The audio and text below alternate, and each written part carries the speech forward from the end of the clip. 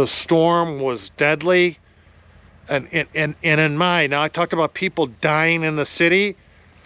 There is no way anyone was getting to my house to fix the hot water system or the heating system. This is still hanging up in the air. You can see his willow tree recently just shattered. She chugged a little bit on that start. There was wood on top of it. The exhaust are up high. You can see the condensation dripping off the exhaust. If I have the distance to raise those up, because it could affect the burn. Raising those up could affect the burn, the efficiency of the flame within my furnace. Welcome back to the channel. I'm gonna do a quick video on Blizzard debriefing video on shoveling out my hot water system and heater vent. But first I want to start my excavator. It's gonna get very, very cold here. There's the excavator. It's gonna get very, very cold here in the next week. Actually in 3 days. Friday, it's supposed to be minus 14. I want to run that thing. I haven't run it in a while, so I'm gonna let it idle while I make the video, and then I'll come back and shut it off. So welcome back to the channel. I hope you enjoy the video. Debriefing, Blizzard debriefing on my hot water system vents and my furnace vents. Thank you guys. She chugged a little bit on that start. There was wood on top of it. The glass on the roof was leaking. Last fall I had a project, I haven't uploaded the video yet, so they serviced it and resealed the glass on the roof down, took the wood off. It bothered me. It was up there for 2 months. Guess I wasn't diligent in removing it. She chugged a little. She started right away, but then grumbled a little bit as she was catching. But she's running fine. I'm gonna let her warm up.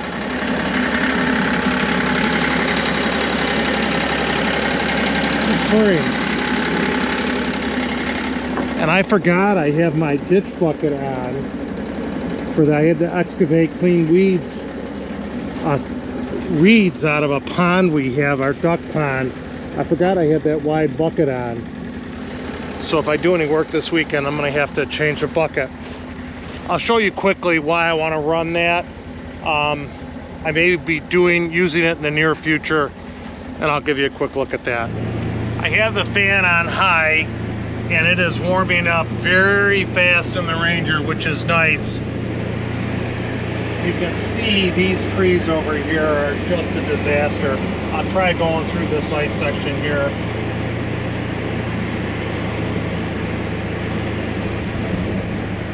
She's crunching. It's nice to be driving the Ranger. I had it buried in the back of the garage. So let's get out and look at this.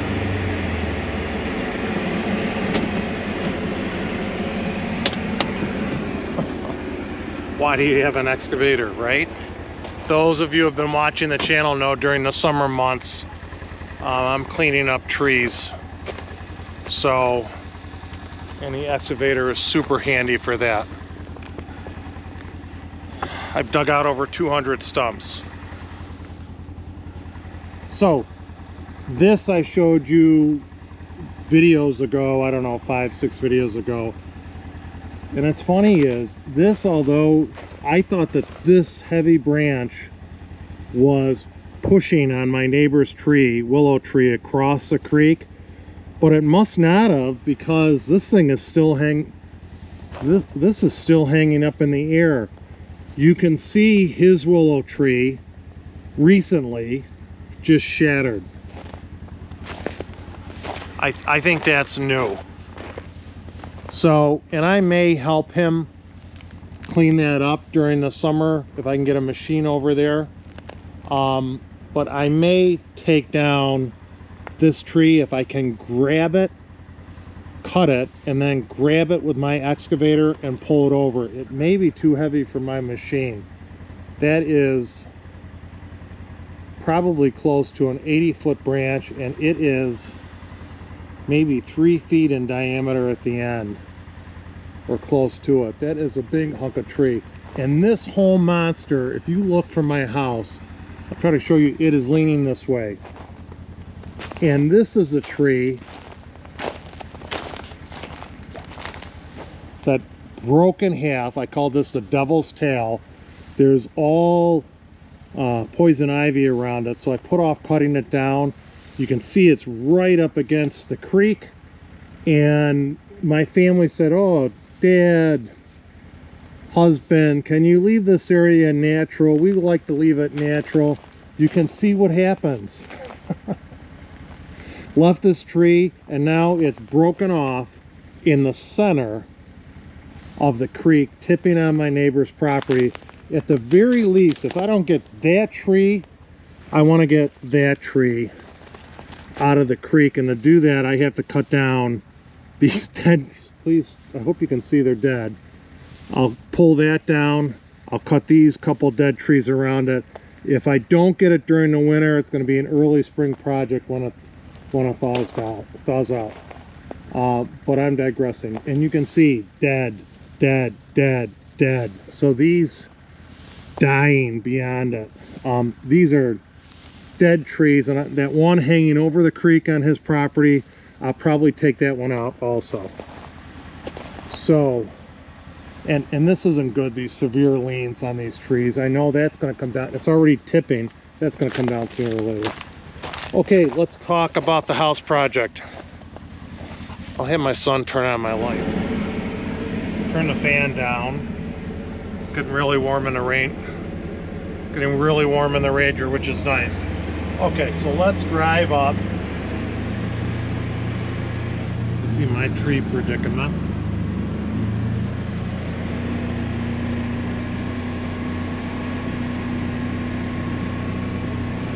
Okay, my son turned on my house lights, the backyard lights. And we'll talk, and maybe I'll talk from the inside of the Ranger, looking at the house. We'll let these lights warm up.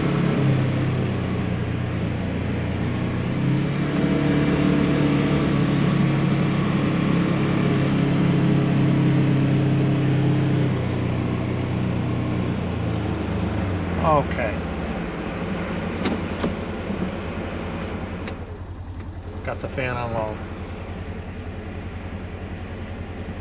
So let's get out of the Ranger. So I'm gonna start with a general, and I'm not a residential builder, but I've built houses in our area, several, actually probably 3 or 4 of them. If it wasn't for me, it was for my grandmother, for my parents. But I'll talk a little bit about, in our area, maybe throughout the country, but I'll just talk about my area. High efficiency units, heating units, are becoming the norm, both for heat and for hot water systems, whether it's a hot water tank or a tankless hot water system. And in the simplest of terms, when they first came out with high efficiency units, the major difference, one of the major differences, they didn't have a pilot light that was running all the time. So they didn't need a vertical stack like a chimney, but a stack in the house to exhaust the carbon monoxide fumes from your hot water tank and the heater, where it would typically go draft straight up on the house. That's how in my parents' house, grandparents' house, that's how they built them years ago. And you may live in a house someplace else in the world or the country that's how it's built. So in a high efficiency unit, there's no pilot light, and there's an igniter, just like a spark plug igniter. A spark plug ignites the fuel in your combustion engine or on your gas grill. It's on my patio. It ignites the gas, thus, and then the furnace lights up and it heats the air or water, whatever you have. Okay? So what that allows you to do, if you have a high efficiency furnace, and they used to give us tax credits for that.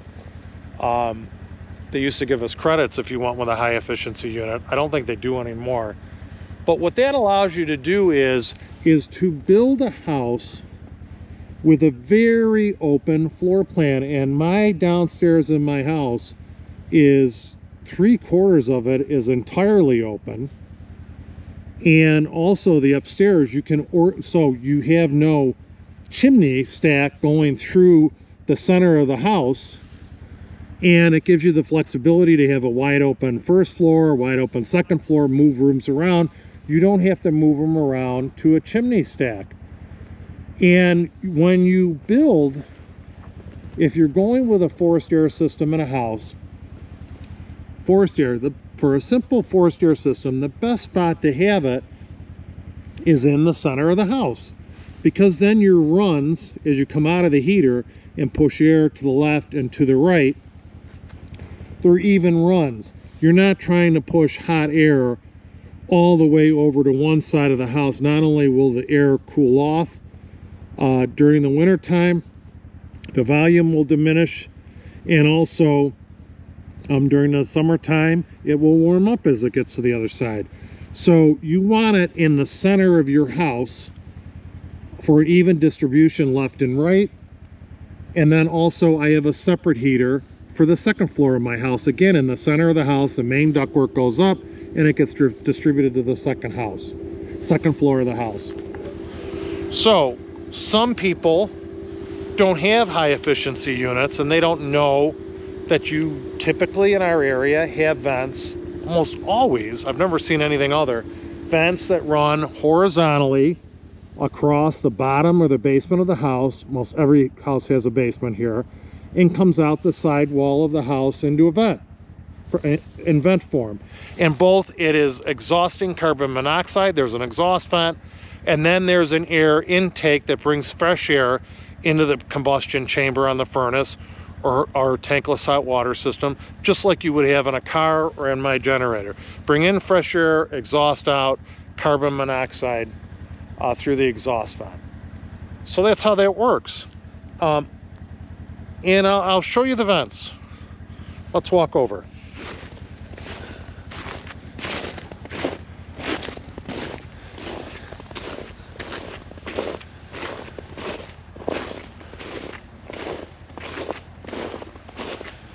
So if I remember right, let's go to my hot water system first. And I originally had a tank system that was high efficiency. Then I went to a tankless system, a horrible tank system. So I believe this is the exhaust, and you can see that this is the exhaust side in the video. I believe that's where I could see the condensation as the air came outside. And this is the intake. These can only be so far from my tankless hot water system. I don't remember the distance, but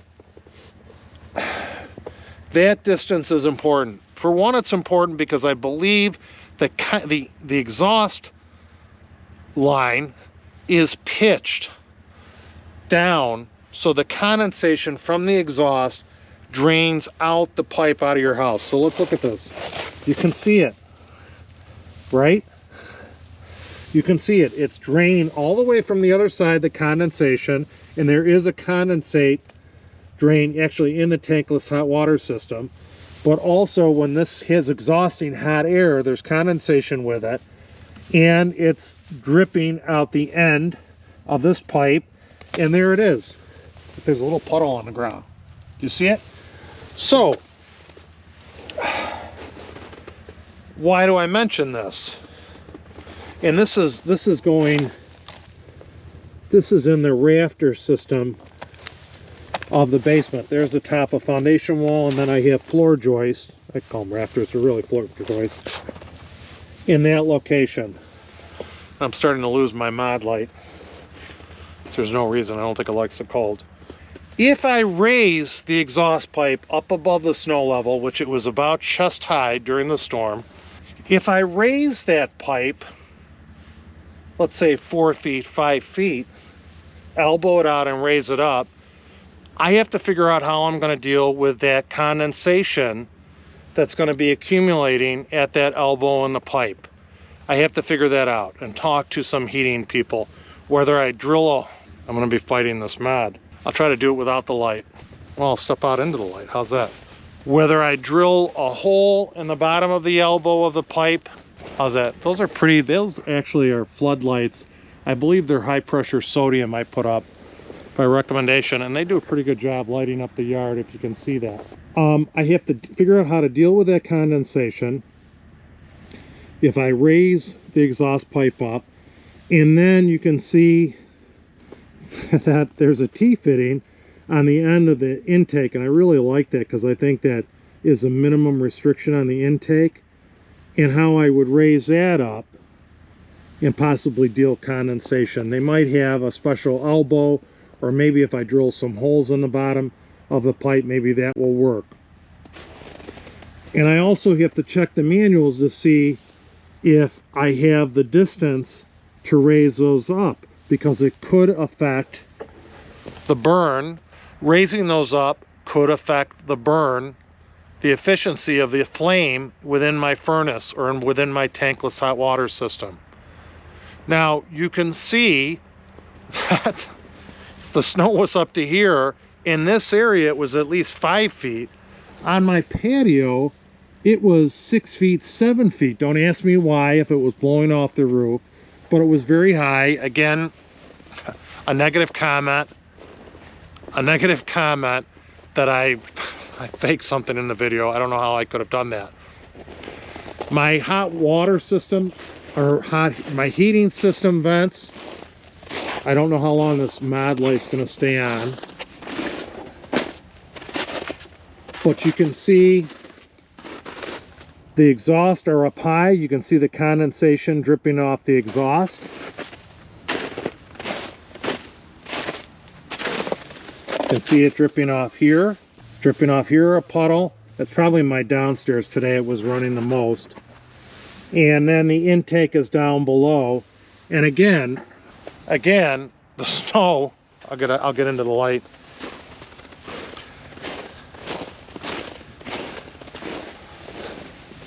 How's that? Again, I have the same situation. The same situation with those. I have to check manual, maybe even call a heating contractor.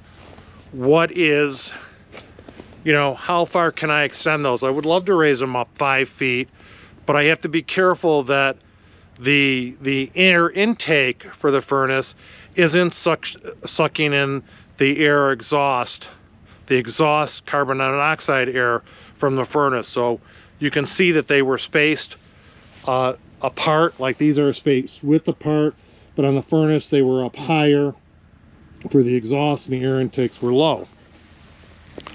So I have to take that into consideration. Try to get in the light. Some questions, get the Ranger in the background. Some questions that were asked or some comments. Someone from Europe said your houses are cheaply built. Our houses in England, I think he was from, are built out of stone and brick, and they're a higher quality of house. That might be true. In our country, lumber is abundant, and it's also abundant in Canada. So most of our lumber comes from our country, or it comes from Canada. And up until COVID, lumber was extremely competitively priced. And in our area, almost all houses have concrete foundations, deep, full basement concrete foundations. My walls are 10 feet high. And then we build stick frame. The structures frame our house in wood, not in masonry or stone. And then we clad them in vinyl or brick or exterior insulation finish systems or something. Okay, they're not typically, are they built with masonry bearing walls. Most all houses in our area in the United States, Western New York States, are framed out of wood for a single family dwelling, as we would call it. I can answer that question. Love to do them all in masonry. Here it's very expensive. If you can do it in Europe that way, that's good for you. I answered the question about faking the snowstorm or faking something, but I'll address that, faking. Every day of the storm, in the morning, our hot water system was out, and because the vents were covered, and our furnace vents were covered. I'll be very clear about this because people say I wasn't prepared. In 20 years living in this house, and 15 years living in my other house, 16 years, never once did I have to shovel the vents for the hot water tank or the heating system. Never once. Luck of the draw, I don't know. I don't know how you can be prepared for something that you've never done before in your lifetime. This, again, they said this was a once in a generation storm. And so I've never had to do it before, and hopefully I'll never have to do it again, but that doesn't mean I'm going to not look into researching it. I don't know how you can be prepared, how it's realistic to be prepared for a once in a lifetime weather event. I don't know, you know, but I will try to come up with something. I think that's a question that you can split 50-50 one way or the other, but I'm going to research it. I didn't fake my hot water tank system not working. It didn't. The first day I went in the shower, it was ice cold, and I knew what was wrong with it. Also, the first day the furnace was out because they were blocked, both furnaces. After that day that you saw us shovel the vents with my son, every day after that, he shoveled the vents in the morning before we even got out of bed, and also at night before he went to bed. He would go out and shovel them, which was a big help to me. I'm very appreciative that he did that. So hats off to my son.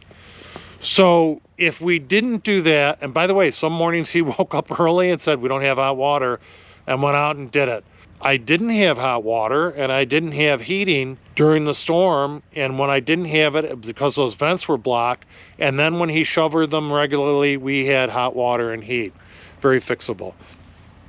Someone commented that I didn't have the best of attitudes with my wife when I was talking to her on my phone to throw the circuit breakers to reset the units.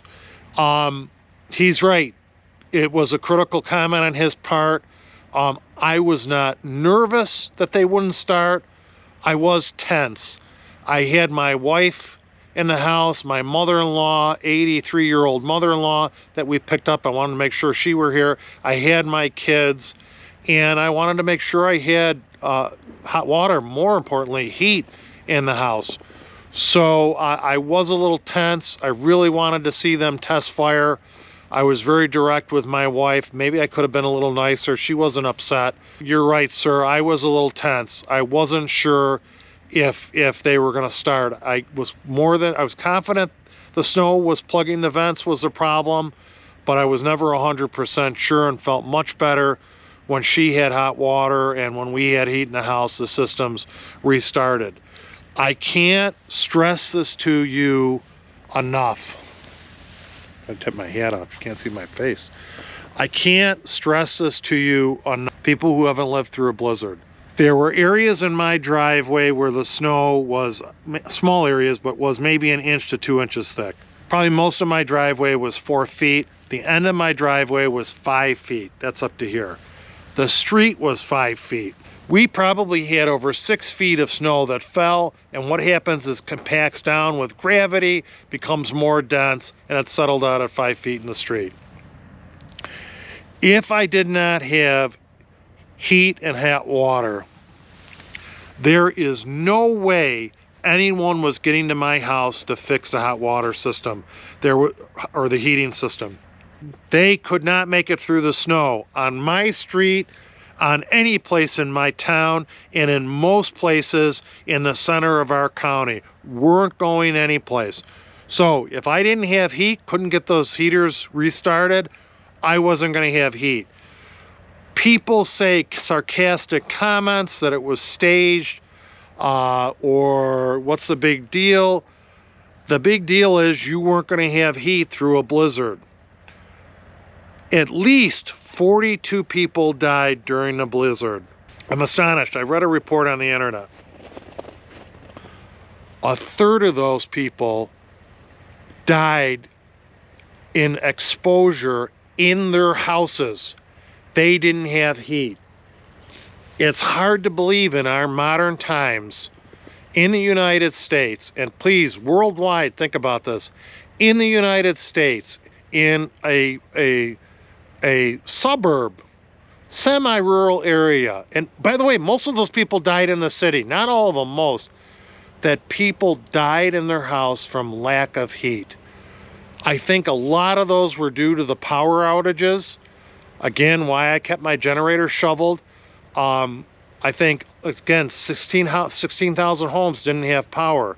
I think a lot of those, I'm hoping, were due to power outages in the homes and their heaters wouldn't run. I'm sure some of them could have been caused by their heaters malfunction and no one could service them. It has become a huge topic in Buffalo, which is near where I live. It's become a huge topic in Buffalo, New York, on their response to the blizzard, in that they didn't have emergency vehicles that could go through the snow, and they're actually considering I can't, side-by-side vehicles with tracks. I'll see if I can post a picture from my phone. They showed a state police side-by-side, I believe it's a Polaris, actually it looks like an old Polaris, with tracks on it. Municipalities are going to start buying those. Some of them in our area have them for winter rescues, really on snowmobile trails, but they're going to start looking into them for the city of Buffalo. So you just, I know some people are joking around with their sarcastic comments, but please, I cannot tell you, stress this enough, when you're in the blizzard and you're struggling at 58 years old, which I am, at 65 years old, 75 years old, 40 years, to walk through 3, 4, 5 foot high snow. When I was back in here on this portion of my house, my son was actually the smart one. As many of you said, another topic, is I had the wrong shovel and I was just trying quickly to get to the vents. My son had dug a path around this corner of the house to here and maintained the path for easy access so it wouldn't be hard to get to it. Proud father that his son is smarter than he was during an emergency. I am, that he wanted to have a path that was maintained to get to it, and he did the right thing. Again, I'm rushing, trying to get the heating system and hot water system back on. I wasn't thinking about a path. I just wanted to get it going. So big hats off to my son with that. Can't stress that enough, everyone. The storm was deadly. And in my, now I talked about people dying in the city. We had people die in the suburbs. We had a prominent person in my town die. They're not even sure, I don't believe, how he died the first day of the storm, whether his car got stuck and he started walking and succumbed to the cold, or he was hit, or a plow truck hit him. They don't know. I don't think they know it at this time. Maybe it doesn't even matter. But it was a deadly storm, and if you don't appreciate it, you should try to, because you could be caught in the same situation. My recommendation to anyone who is having a snowstorm headed their way, where I would say we were prepared. We had food in our house. We had all our family members here, and we worked just to maintain the house. Whether it was cleaning the driveway on the second day, then on the third day helping the neighbors. Most importantly is making sure we had heat, hot water, and electricity, backup electricity if we walked out. Having everyone in your house and food, those are 1 and 2 in my mind. Then maintain your house. Maintain it, and then help others if you can. Don't drive, because you just become a problem for the emergency equipment, the plow equipment, when they start to clearing a road. There is no way someone was driving through 4 or 5 feet of snow, or 6 feet, or higher in places where it dripped. No way you were driving in any vehicle I know of. Our town, the towns and city couldn't plow the roads. They had to send huge, I would say 15 to 20 ton front end, rubber tire front end loaders down the streets first to get a center path, and then the plows would come through your street. I'm talking didactically. All I can tell you is we fared extremely well during the storms. There's others that didn't, and help couldn't get to them. A lot of people died because the emergency services couldn't get to them. And it's not their fault. It's not their fault. And I think they'll be better prepared with track machines in the future. I might buy tracks for my side-by-side. Don't tell my wife. Okay. So, Marauders, I think I covered the key issues on this topic. And I think that, I don't know. In general, the comments were very positive and supportive. People, I laugh. Again, the comments, many comments, I wasn't dressed right. I have snow pants. I hate wearing them for working around the house because I came out here for 15, 20 minutes worth of work. Then I'd have to put them on, then I'd have to take them off to get inside and rustle them off. Just hate doing it. Several people commented on fleece jeans. I have to look into that. I bet you those are really comfortable. I was not cold at all during any of this. Some videos I was actually sweating in. I was not cold at all. I was very warm. I wore long underwear for the duration of the blizzard. Other comments were people again worried about my health. Can't explain it. My sugar was great during the storm, probably because I was active. I never had chest pains. I was never short of breath. Never had any type of pains. My knee, I wouldn't even have known that I had a knee problem. I don't know whether it was because my adrenaline was up from the storm, but I had zero knee issues during the storm. I was active, doing the things outside the house and inside the house to take care of my family. So, forgot to mention those comments. Overwhelming positive comments and overwhelming people who care about you and bless my family, bless myself, and you guys are just awesome. I think I've covered it.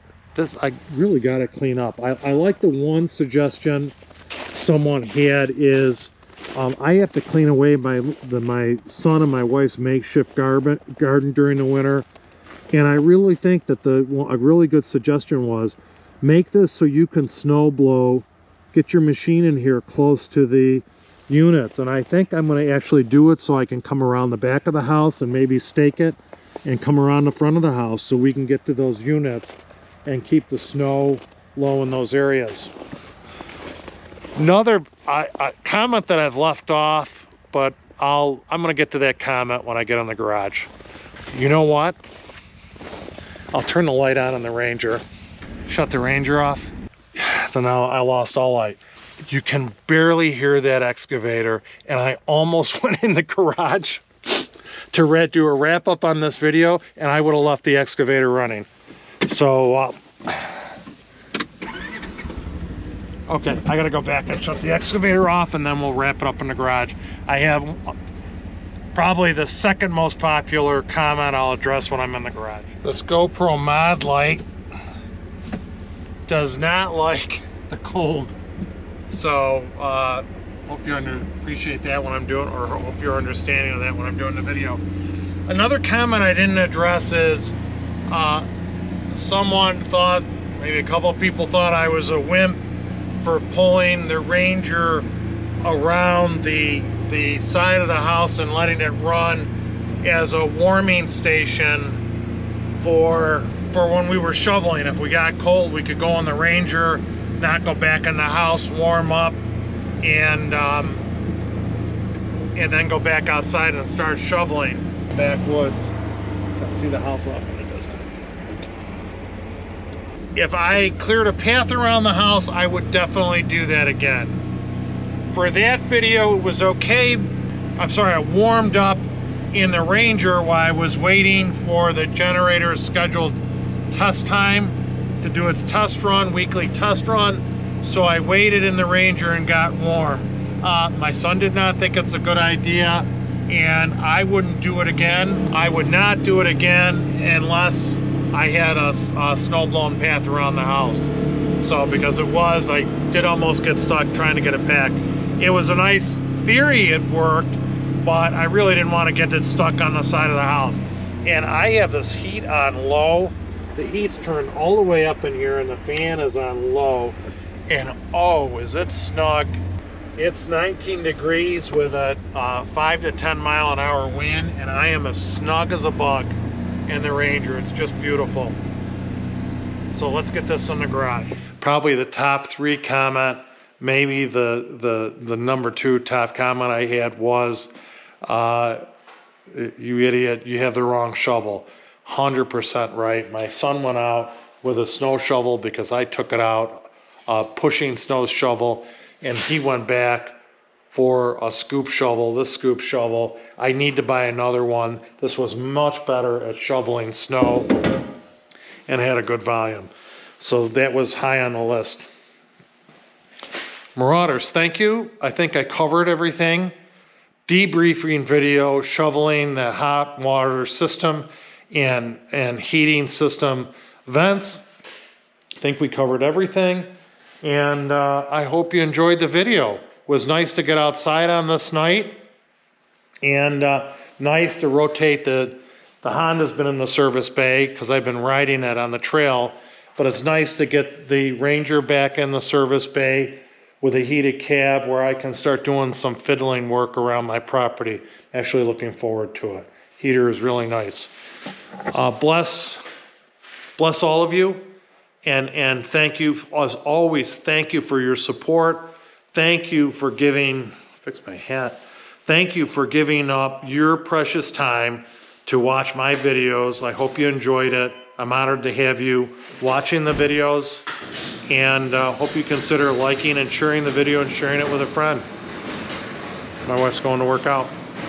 Guys, have a great day or evening, and thank you.